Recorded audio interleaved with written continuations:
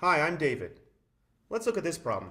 We're given the indefinite integral of 5 over x squared plus 3x minus 4 with respect to x, and we're asked to solve this integral using partial fractions. Okay, whenever I see something like this and I know that I'm going to use partial fractions, I first have to rewrite this 5 over x squared plus 3x minus 4 by factoring the denominator. So let's see what this looks like.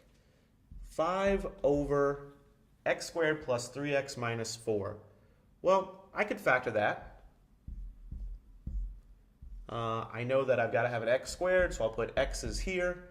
I know that my middle term has to be a positive 3, and my last term has to be a negative 4.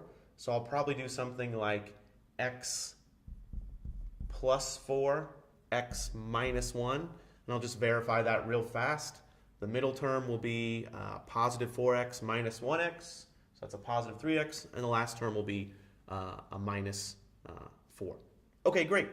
So by partial fractions, we've learned that I will always be able to rewrite something like this as a constant over my first linear term, x plus 4, plus another constant times or over my second linear term, x minus 1. So I'll always be able to kind of unadd this fraction, write this fraction as the sum of two other fractions, and the hope is that this new way of writing it will be easier to integrate. Well, if this equality is really true, then it must be that if I add these two fractions, that I get the original. So how do I add two fractions with different denominators? I get a common denominator. In this case, my common denominator would be the quantity x plus 4 times the quantity x minus 1. Well, in my numerator, I would have a times x minus 1 plus b times x plus 4 equals 5 over x plus 4 times x minus 1.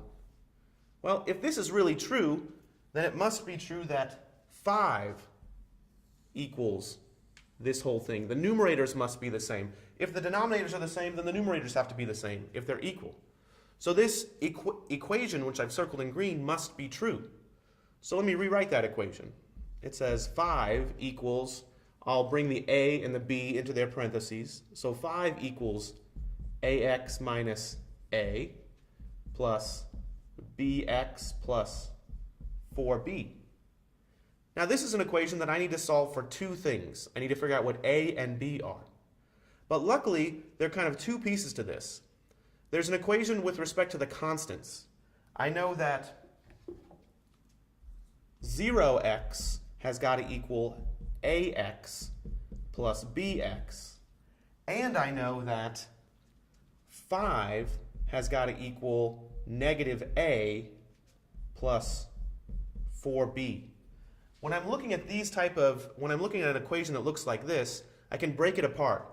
Because if I'm going to have x's on the left and x's on the right, the only way that I can get from one to the other is just by combining x's.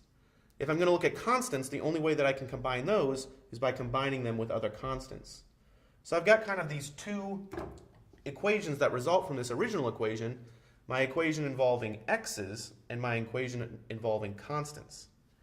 Well, this equation right here is really 0 equals a plus b, or if you like, a equals negative b. So I can solve a in terms of b. And this expression then could be rewritten. Since a equals negative b, I could say 5 equals negative, well, a is really equal to negative b, so 5 equals negative b plus 4b. Well, if 5 equals negative b, that's positive b plus 4b. That says 5 equals 5b. Therefore, b must equal 1. Well, if b equals 1 and a equals negative b, then a must equal negative 1. And I've solved for my constants. Okay, so why did I do all this work? Well, it's so that I could rewrite this integral right here as the integral of a over x plus 4. So that's negative 1 over x plus 4 plus b over x minus 1. b is 1, so 1 over x minus 1 dx. This integral is a lot easier to solve than that integral. Why? Because I have my natural log rules. This is going to equal negative. I'll take that negative out. The natural log of the absolute value of x plus 4. I don't have to worry about a constant here because the derivative of x plus 4 with respect to x is just 1 dx, plus natural log of the absolute value of x minus 1 plus c. Again, when I'm doing this part, I don't have to worry about a constant here because the derivative of x minus 1 is just 1 with respect to x. And that's my final answer.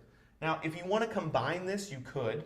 I have a negative natural log and a positive natural log, so you could say that this is natural log of absolute value x minus 1 over x plus 4. That would be fine as well. But this is a fine answer. So that's the benefit of doing partial fractions. I can change a challenging rational expression into an easier rational expression, much of which I can use the natural log integration rules to help me out. Thanks for watching.